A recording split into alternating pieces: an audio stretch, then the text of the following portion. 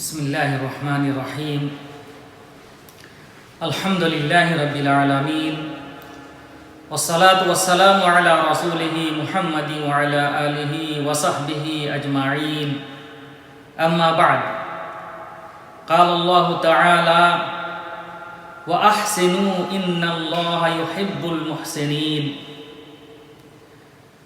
میرے دینی و ملی بھائیوں، ابھی جو آپ کے سامنے جمعہ کا خطبہ ہوا، اس خطبے کا مختصر ترجمہ اور مفہوم اردو زبان میں انشاءاللہ پیش کیا جائے گا۔ اس لیے آپ تمام بھائیوں سے گزارش ہے کہ ذرا 2-4 منٹ کے لیے تشریف رکھیں تاکہ ہم لوگ اس خطبہ کے جو مفہوم ہیں اور اس خطبہ میں جو باتیں بتائی گئی ہیں مختصر انداز میں ہم سب سمجھ لیں۔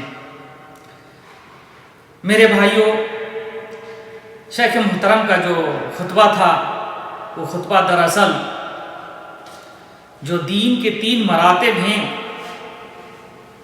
ان مراتب میں سے سب سے اعلیٰ ترین مرتبہ احسان کے بارے میں تھا۔ میرے بھائیوں، احسان کیا ہے؟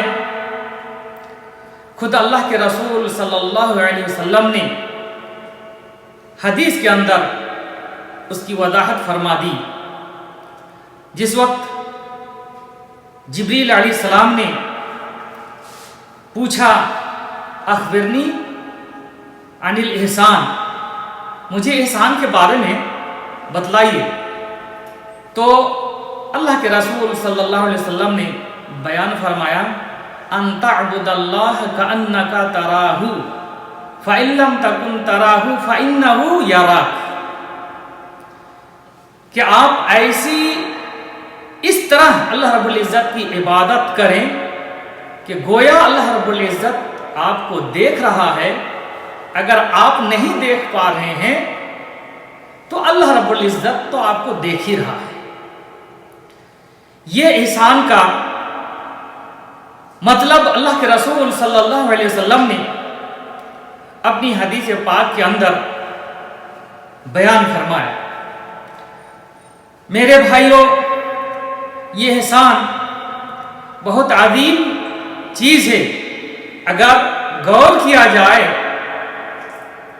تو یہ سمجھ میں آئے گا کہ اللہ رب العزت نے اپنے بندوں کو جن چیزوں کا مکلف کیا ہے ان تمام چیزوں میں احسان مطلوب ہے، ان تمام کے اندر احسان پایا جانا چاہیے۔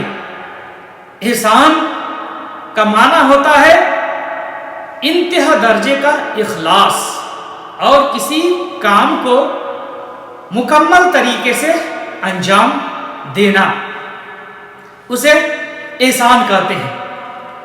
سب سے پہلے ایک مومن بندے کو، مسلم بندے کو جس چیز میں احسان کا خیال رکھنا چاہیے وہ اللہ رب العزت کی توحید ہے۔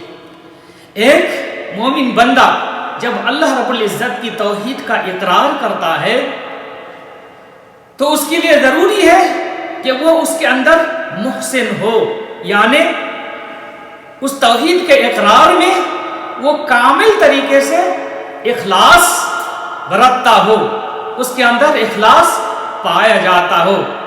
مثال کے طور پر جب اس نے اللہ رب العزت کو وحدانیت کا اقرار کیا تو اس کے ساتھ کسی اور کو شریک نہ کرے، اللہ رب العزت کو خالق اور مالک مانے، اس کے ساتھ کسی کو شریک نہ کرے۔ اللہ رب العزت سے جب دعائیں مانگے تو کسی اور کو اس دعا میں شریک نہ کرے۔ اللہ رب العزت کو جب معبود تسلیم کر لیا ہے تو اس عبادت میں اور کسی بھی دوسرے کو شریک نہ کرے۔ ایسا اگر کرتا ہے تو وہ اپنی توحید کے اندر محسن ہے، توحید کے اندر اس اخلاص پایا گیا، اور ایسا ہونا ضروری ہے۔ اسی طرح جب اللہ کے رسول صلی اللہ علیہ وسلم کی رسالت کا اقرار کرتا ہے اللہ کے رسول صلی اللہ علیہ وسلم کی رسالت کی گواہی دیتا ہے تو اس وقت اس کے اندر یہ ہونا چاہیے، یہ احساس ہونا چاہیے کہ ہم کسی اور کی مطابقت اللہ کے رسول صلی اللہ علیہ وسلم کے سامنے نہیں کریں گے۔ اللہ کے رسول صلی اللہ علیہ وسلم کی ہم پوری طرح مطابقت کریں گے، اللہ کے رسول صلی اللہ علیہ وسلم کی پوری طرح اطاعت کریں گے، اور اللہ کے رسول صلی اللہ علیہ وسلم کی اطاعت پر کسی دوسرے کی اطاعت کو فضیلت نہیں دیں گے۔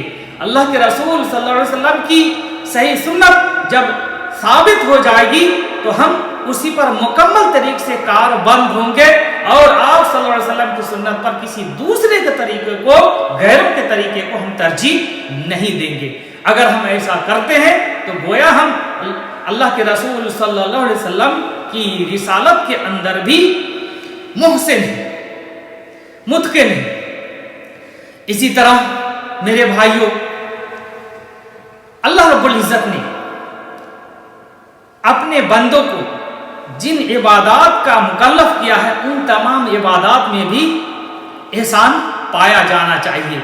مثال کے طور پر ایک مومن، ایک مسلمان جب نماز پڑھتا ہے، نماز اسلام کا دوسرا رکن ہے، تو اس نماز کے اندر بھی احسان پایا جانا چاہیے۔ نماز کے اندر احسان پایا جانے کا مطلب یہ ہے کہ نماز اس طرح وہ پڑھے کہ گویا اللہ رب العزت اس کو دیکھ رہا ہے، اور اگر وہ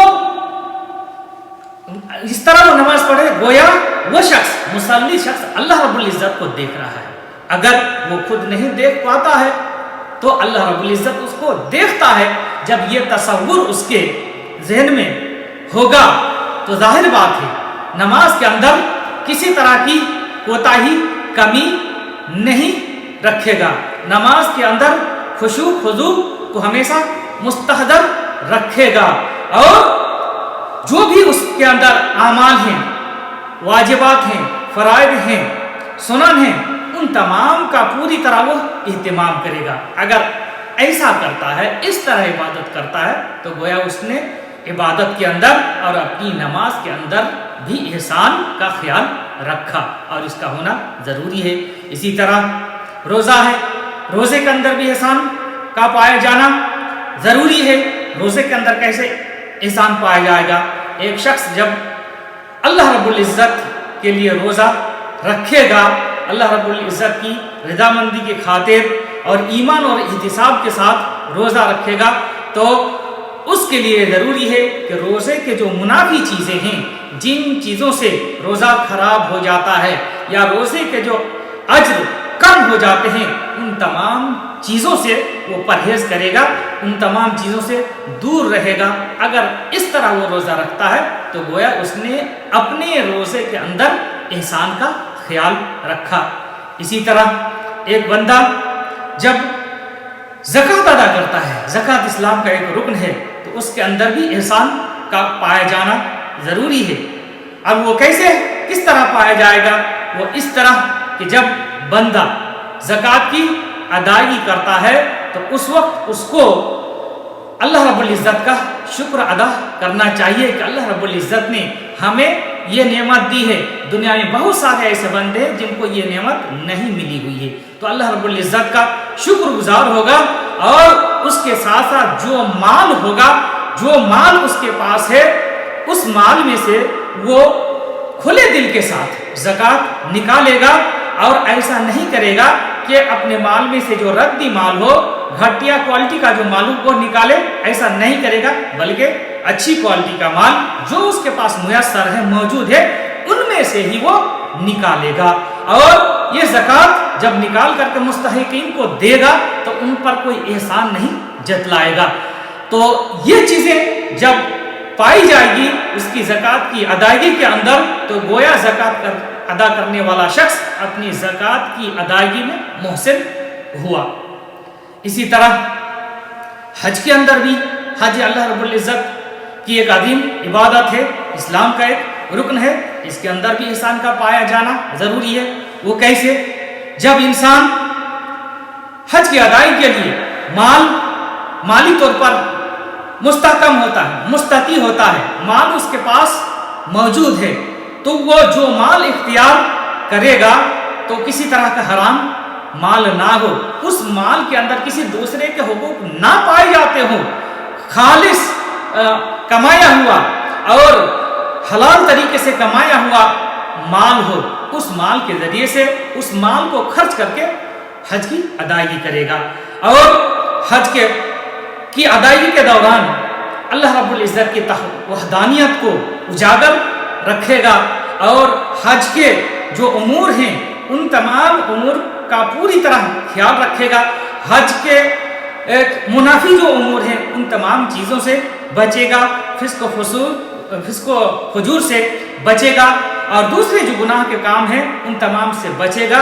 اگر اس طرح اس نے حج کی ادائیگی کی تو گویا وہ اپنے حج کے اندر محسن ہے، حج کے اندر اس نے احسان کا خیال رکھا۔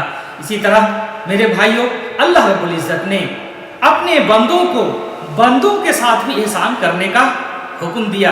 اللہ کہ رسول صلی اللہ علیہ وسلم نے بیان فرمایا، ان اللہ کتب الاحسان علی کل شیء فاذا قتلتم فاحسنوا القتلہ واذا ذبحتم فاحسنوا الذبح وليحد احدکم شفرتہ وليرح ذبیحتہ، کہ اللہ رب العزت نے ہر چیز پر احسان رکھا ہے۔ اگر شرعی حکم کے مطابق کوئی شخص قتل کا مستحق ہے تو اس کو اگر قتل کیا جاتا ہے اس میں بھی احسان برتا جائے گا۔ قتل کرتے وقت کوئی ایسا طریقہ نہیں اختیار کیا جائے گا جو اسے تکلیف، غیر معمولی تکلیف ہوتی ہو، ایسا طریقہ اختیار نہیں کیا جائے گا۔ اسی طرح اللہ رب العزت نے جو جانور ہمارے لیے حلال کیے ہیں، ان جانور کو جب حلال طریقے سے ہم ذبح کریں گے تو ذبح کرتے وقت بھی ایسا طریقہ اختیار کریں گے جس سے اس کو تکلیف نہ ہو، کم سے کم تکلیف ہو، اور غیر معمولی تکلیف نہ ہو، زیادہ تکلیف نہ ہو۔ اس کے لیے جو ہماری چھری ہوگی، چاقو ہوگا، اس کو تیز کیا جائے گا تاکہ جانور کی روح فوراً نکل جائے اور وہ تکلیف میں زیادہ دیر تک مبتلا نہ رہے۔ اسی طرح فقراء ہیں، مساکین ہیں، محتاجین ہیں، ان کے ساتھ بھی ہم کو احسان کرنے کی ضرورت ہے۔ وہ اگر کسی چیز کے حاجت مند ہیں اور ہمارے پاس ایسی چیزیں ہیں جن کے ذریعے سے ہم ان کی مدد کر سکتے ہیں، ان کی ضرورت پوری کر سکتے ہیں، تو ان کی ضرورت پوری کرنا چاہیے۔